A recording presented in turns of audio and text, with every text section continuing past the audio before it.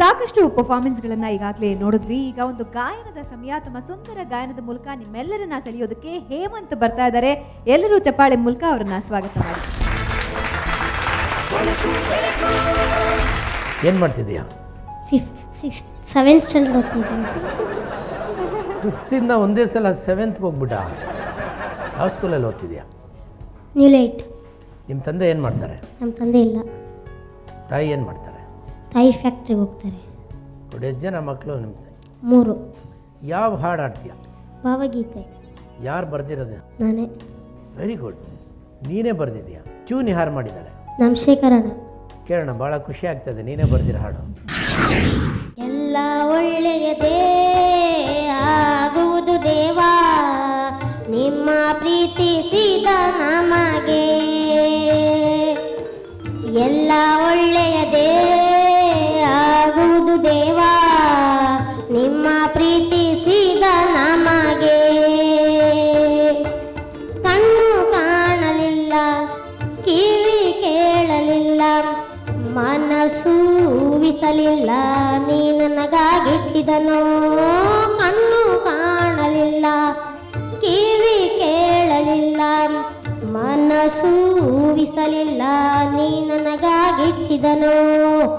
ಎಲ್ಲ ಒಳ್ಳೆಯದೇ ಆಗುವುದು ದೇವಾ, ನಿಮ್ಮ ಪ್ರೀತಿಸಿದ ನಮಗೆ.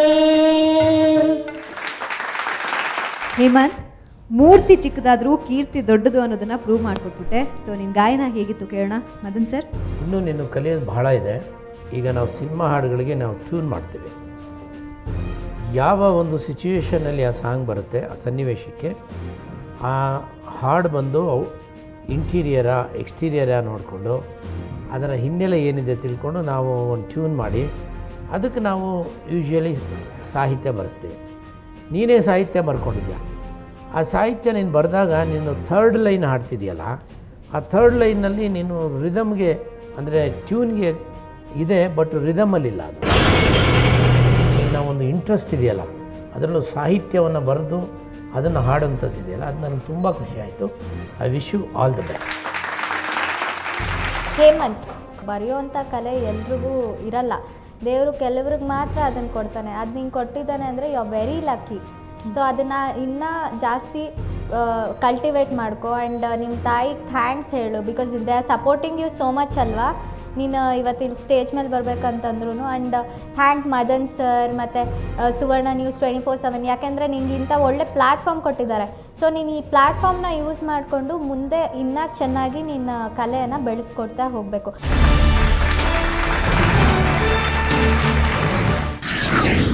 ಈಗ ಮಂಜುಳಾ ನಮ್ಮ ಮುಂದೆ ಡ್ಯಾನ್ಸ್ ಮೂಲಕ ತಮ್ಮ ಟ್ಯಾಲೆಂಟನ್ನ ತೋರಿಸೋದಕ್ಕೆ ಬರ್ತಾ ಇದ್ದಾರೆ. ಸೊ ಮಂಜುಳಾ ಯಾವ ಹಾಡಿಗೆ ಡ್ಯಾನ್ಸ್ ಮಾಡ್ತಾರೆ, ಯಾವ ರೀತಿ ಮಾಡ್ತಾರೆ ನೋಡೋಣ ಬನ್ನಿ. ಜೋರಾಗಿ ಚಪ್ಪಾಳೆ ಮೂಲಕ ಆಕಿನ ವೆಲ್ಕಮ್. ಹಲೋ ಮಂಜುಳಾ. ಹಲೋ. ತುಂಬ ಕಲರ್ಫುಲ್ ಆಗಿ ಬಂದಿದ್ದೀರಾ. ಸೊ ನಿಮ್ಮ ಪರಿಚಯನ ನಮ್ಮ ಜಡ್ಜಸ್ಗೆ ಮಾಡಿಕೊಟ್ಟು ಪರ್ಫಾರ್ಮೆನ್ಸ್ ಸ್ಟಾರ್ಟ್ ಮಾಡಿ. ಸರ್ ನಮಸ್ಕಾರ. ಮೇಡಮ್ ನಮಸ್ಕಾರ. ನನ್ನ ಹೆಸರು ಮಂಜುಳಾ ಅಂತೇಳಿ. ನನಗೆ ಮದುವೆ ಆಗಿದೆ, 2 ಮಕ್ಕಳಿದ್ದಾರೆ. ಒಬ್ಬ 9th ಸ್ಟ್ಯಾಂಡರ್ಡ್ ಮಗ ಇದ್ದಾನೆ, ಒಬ್ಬಳು 3rd ಸ್ಟ್ಯಾಂಡರ್ಡ್ ಮಗಳಿದ್ದಾಳೆ. ಮಂಜುಳಾ ಅವರೇ, ನಿಮ್ಮ ನೋಡಿದ್ರೆ ಅನಿಸ್ತಾ ಇಲ್ಲ 2 ಮಕ್ಕಳಿದೆ ಅಂತ. ತುಂಬ ಚೆನ್ನಾಗಿದೆ ನಿಮ್ಮ ಕಾಸ್ಟ್ಯೂಮು. ಯಾವ ಹಾಡಿಗೆ ಡ್ಯಾನ್ಸ್ ಮಾಡ್ತಾ ಇದ್ದೀರಾ? ನದೀಮ್ ದೀಮ್ತನ, Gaalipata song. Okay, all the best. Thank you ma'am. ನದೀಮ್ ಧೀಮ್ತನ, ನದೀಮ್ ಧೀಮ್ತನ,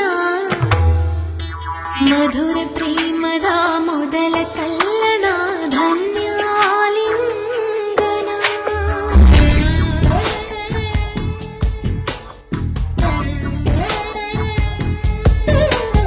ನದೀಮ್ ಧೀಮ್ತನ, ನದೀಮ್ ಧೀಮ್ತನ,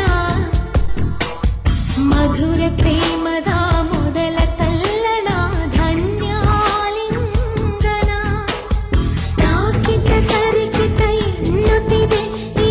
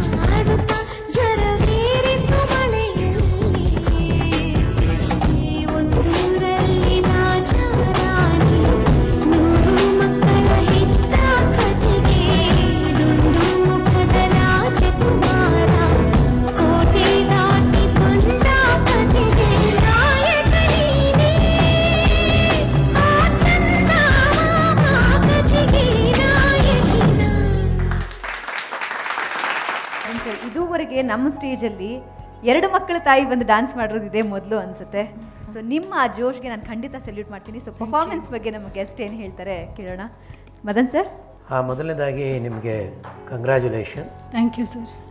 2 ಮಕ್ಕಳ ತಾಯಿ ಆದ ತಕ್ಷಣ ಭಾಳ ಜನ ಹೆಣ್ಮಕ್ಳು ಜೀವನದ ಆಸೆಗಳನ್ನೇ ಮರ್ತೋಗ್ತಾರೆ. ನನ್ನಲ್ಲೊಂದು ಕಲೆ ಇದೆ, ಆ ಕಲೆಯನ್ನು ಬೆಳಕಿಗೆ ತರಬೇಕು ಅನ್ನೋಂಥ ನಿಮ್ಮ ಪ್ರಯತ್ನ ಏನಿದೆ ಅದಕ್ಕೆ ನಾನು ಅಪ್ರಿಷಿಯೇಟ್ ಮಾಡ್ತೀನಿ. Thank you sir.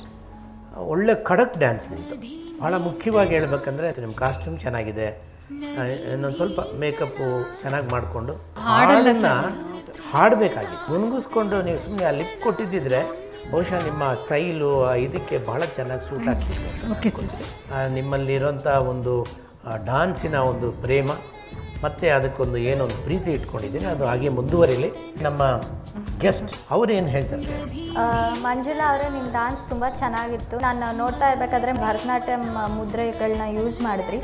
ಸೊ ನೀವು ಭರತನಾಟ್ಯಂ ಮುದ್ರೆಗಳನ್ನ ಯೂಸ್ ಮಾಡಬೇಕಾದ್ರೆ ಸ್ವಲ್ಪ ಕೇರ್ಫುಲ್ಲಾಗಿ ಪರ್ಫೆಕ್ಷನ್ ಕೊಟ್ಬಿಟ್ಟು ಪರ್ಫೆಕ್ಟಾಗಿ ಮಾಡಿದ್ರೆ ತುಂಬ ಚೆನ್ನಾಗಿ ಕಾಣಿಸುತ್ತೆ. ಆಮೇಲೆ ಒಂದು ವಿಷಯ ಹೇಳೋಕ್ಕೆ ಇಷ್ಟಪಡ್ತೀನಿ, ನೀವು ಒಂದೇ ಕಡೆ ನಿಂತ್ಕೊಂಡು ಮಾಡಲಿಲ್ಲ. That was very attractive. ಯಾಕಂದರೆ ಟರ್ನ್ಸ್ ತೊಗೊಂಡ್ರಿ, ಸ್ಟೇಜ್ ಯೂಸ್ ಮಾಡ್ಕೊಂಡ್ರಿ, ತುಂಬ ಚೆನ್ನಾಗಿತ್ತು.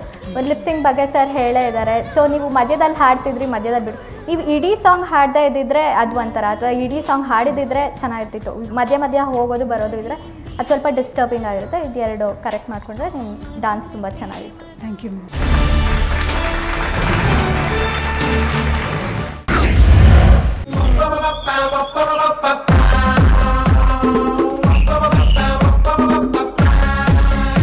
ಜೋಗಯ್ಯ ಜೋಗಯ್ಯ ಬೆಳಕು ಬೆಳಕು ಬೆಳಕು ಬೆಳಕು